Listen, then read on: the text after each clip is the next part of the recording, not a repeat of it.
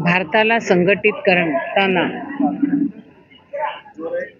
इंग्रजांपासून होणारा भारतीयांवरती त्यावेळेला जो इंग्रज असतील, मोघल असतील, ह्या सर्वांनी भारतातल्या सर्व जनतेवरती जो अन्याय आणि अत्याचार केला होता, त्यावेळेला संपूर्ण वंदे मातरम ह्या गीताच्या माध्यमातून 150 वर्षापूर्वी सर्व समाजाला, सर्व धर्माला एकत्र करण्याची ताकद ह्या वंदे मातरम गीतामध्ये होती. आणि ह्या वंदे मातरम गीताला आज 150 वर्ष पूर्ण होत आहेत.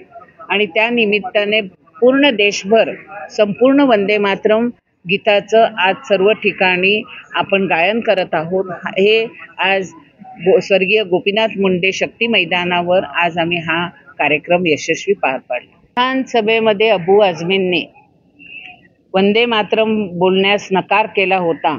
त्यावेळेला मी स्वतः विधान भवनामध्ये उभे राहून अबू आझमींना प्रत्युत्तर दिलं होतं की वंदे मातरम बोलना है, अगर हिंदुस्तान में रहना है तो वंदे मातरम बोलना है.